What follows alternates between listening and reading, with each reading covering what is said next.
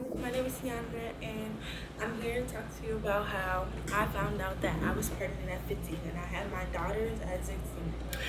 The reason for me making this video is so that, other teen moms don't feel like they're by themselves or that they're alone because we all been through it.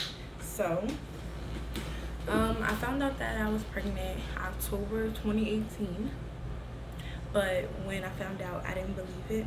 Like, it was like I was in denial, and I took a test or whatever because I had missed my period that month. I took a test, and one came out positive, and then the other one came out negative.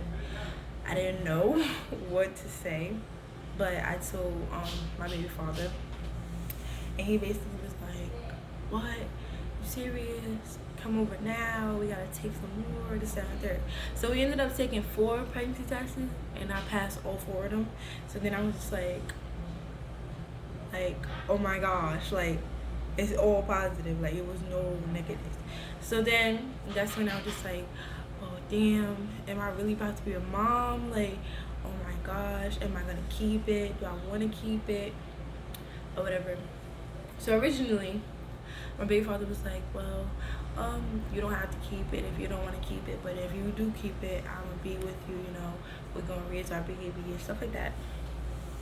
So later on down the line or whatever, I had booked an appointment. I think it was like 2 days later, I booked a doctor's appointment to see, appointment, whatever. So I went to the appointment, and basically it had said that I was pregnant. But when I found out that I was pregnant, we found out that it was 2. It wasn't 1. So that's when I was just like, 2? Like, what am I gonna do with 2 kids? I'm only 15 or whatever. But immediately after I saw it, I was just like, yeah, I want to keep it. I don't want to get rid of it. Like, I just want to keep it. Then gotta tell my mom and my dad. So I told my mom, and my mom, she was disappointed in me. She was just like, oh, why would you do this and the third. But then eventually she calmed down. She was just like, well, I'm gonna be here for you, whatever you need, just let me know. I'm like, Dad, that was a hard part. My dad wanted to he wanted to throw me down some stairs. Like, he wanted to kill me. But then a couple months after he went, to some ultrasounds with me and stuff, that's when he started to, get used to it. Like, okay, my daughter's really pregnant. She's really about to be a mom type thing. So he eventually got over it. Then he had to tell his parents. So with his mom, because his father isn't in his life, but his mom was just like, oh, I already knew. I was like, what? So it was crazy. And then I had twins, so I had to be induced. I got induced 36 weeks. I was induced 36 weeks. So, I was actually induced 35 weeks and 3 days. But my baby came on exactly 36 weeks. So, I was in labor or whatever. I think it was the time that he was living with us. Yeah, he was living with us at the time.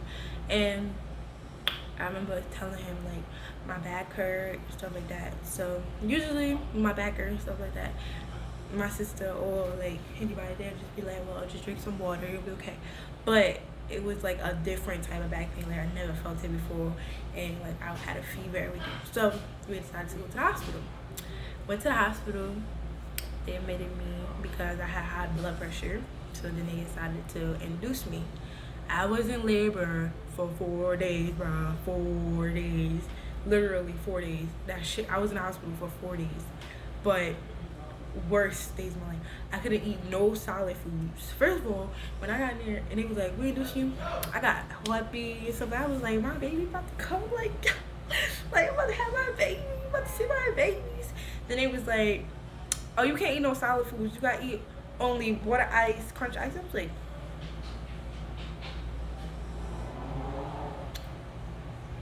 so I can't have no cheeseburger, like no soda. They was like, yeah. I was like, okay. So then I was just like, my family was sneaking me food and stuff, but they weren't supposed to. And then that's when it was it was Friday going into that Saturday. My water had broke. First of all, I was in so much pain because they put a balloon inside of me to induce me. It was so painful. Like I had to get epidural. I told myself I wanted to go natural, but I had to get that epidural. That shit hurt way too much for me. So then they put that epidural in, whatever. And then at like 3:30, my water broke, and water came out standing there. So my doctor asked me, "Do you want to go natural or do you want to stay with epidural when you push?" And I told her I wanted to go natural. So they took the epidural out, and then I just went back to sleep. And like no lie, like 7:30, I woke up in mad pain. Like I was just like, what the like I was just like, oh my gosh. Like I was holding on to the bed and everything, like that shit was so painful. And then the doctor came in and she checked my cervix and stuff. And she was like, "Oh my god, your baby is 2 centimeters past this." I was like, "What?" And then she was like, "She's coming." I was like, "Oh my god," or whatever. So my boyfriend, he put the suit on. He went in the operating room with me, cause for twins we have to go in the operating room just in case something happens or whatever.